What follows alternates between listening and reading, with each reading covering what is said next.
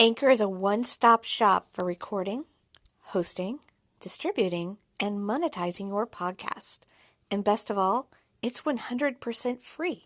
And it's 100% ridiculously easy to use.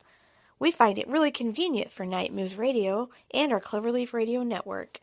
We record when it's best for us, and best of all, we can record on the go or at home. With this easy app, it makes doing our show so much fun and very easy. Anyone wanting to start a podcast? I suggest using Anchor. Perhaps it'd be a great starting point for you.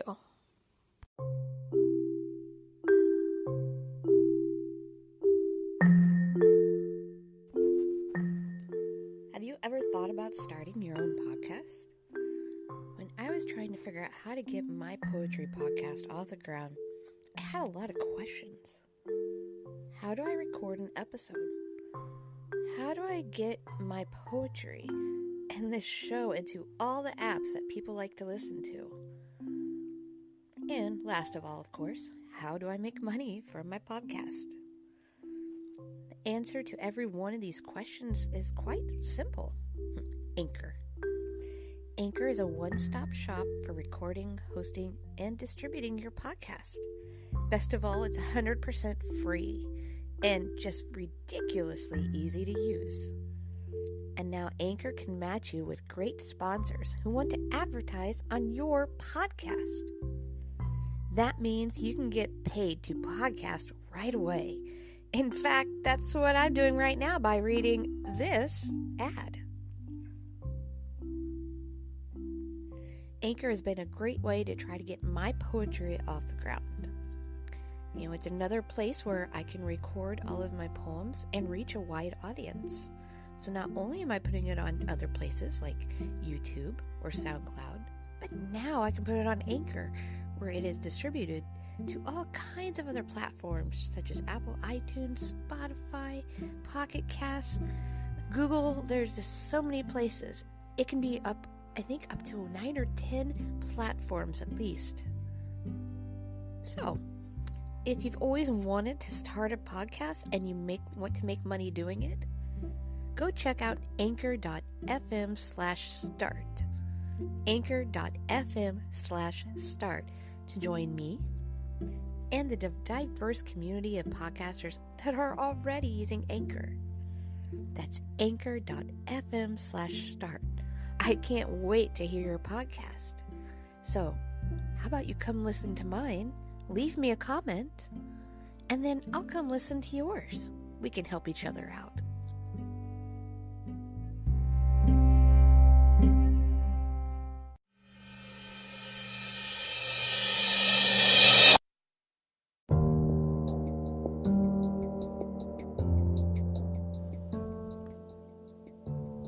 The poem Zombie Apocalypse is one that I wrote from a dream I had a very long time ago.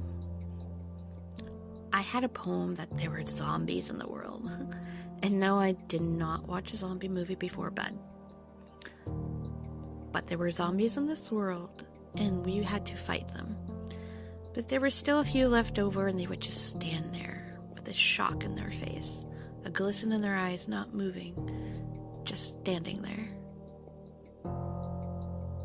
And we had to get rid of them. And it was a gold hand that came and wiped many of them away.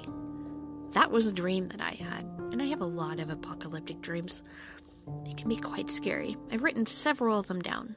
I just happened to make a poem out of this one, titled Zombie Apocalypse. Hope you enjoy. Thank you for listening.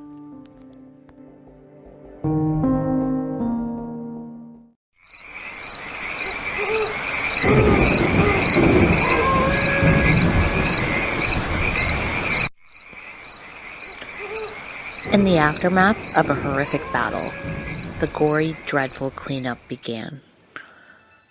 The Earth's people were worn from the endless fighting, corpse-like bodies, torn with shame, and broken, lost souls roamed the lands, hungry for one taste of life. The zombies claimed our homes, turning them into their own personal caskets.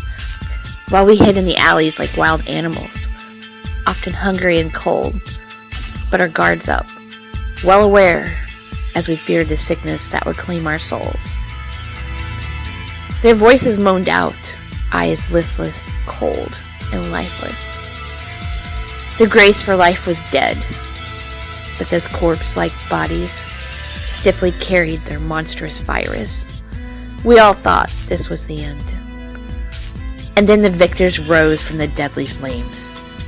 An unknown identity, glowing hand of life, reached down to the broken lands, pulling in from the highest heavens and wiped the bloody slate clean, leaving only a few mortified zombies listless in a blank stare of complacency. Was it a miracle? Or perhaps the hand of God? Some of us had lost hope. Since the victors laid down his hand, there are those that stand here with a look of wonder and horror. The last of the stubborn zombies are frozen, remaining stagnant and earthbound as a horrific cleanup continues. The guts and gore still stain our hands, and the ashes of the bodies still blow in the wind, for they are not worthy of rising up for sacrifice. They only need to be buried into the cold grounds of impurities. One day, the light of the world will shine, and the stares of complacency will disappear. The monstrous virus will dissipate, and the smoky breeze will no longer freeze our tired bones. Since the glowing hand of life wiped away the zombie race, those of us will always know what it's like to stare death in the face.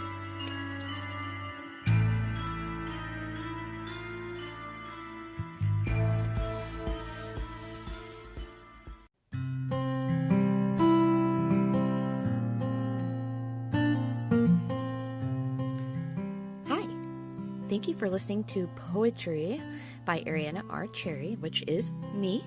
I appreciate you listening in every time I upload a new recording, and I appreciate you following me. You can read more of my poetry and check out my books at my website at arianarcherry.wordpress.com. I'm also on Amazon. You can search for me under authors, Ariana R. Cherry, Ariana R. Cherry. I am also on Instagram under Ariana Cherry 99, and I'm also on Facebook, Ariana R. Cherry, spoken word poet and artist. So feel free to follow my blog, check me out on Facebook, Instagram. You can also find my work on Reverb Nation. Thank you for listening in, and I hope you continue to listen. I appreciate your support. Have a great day.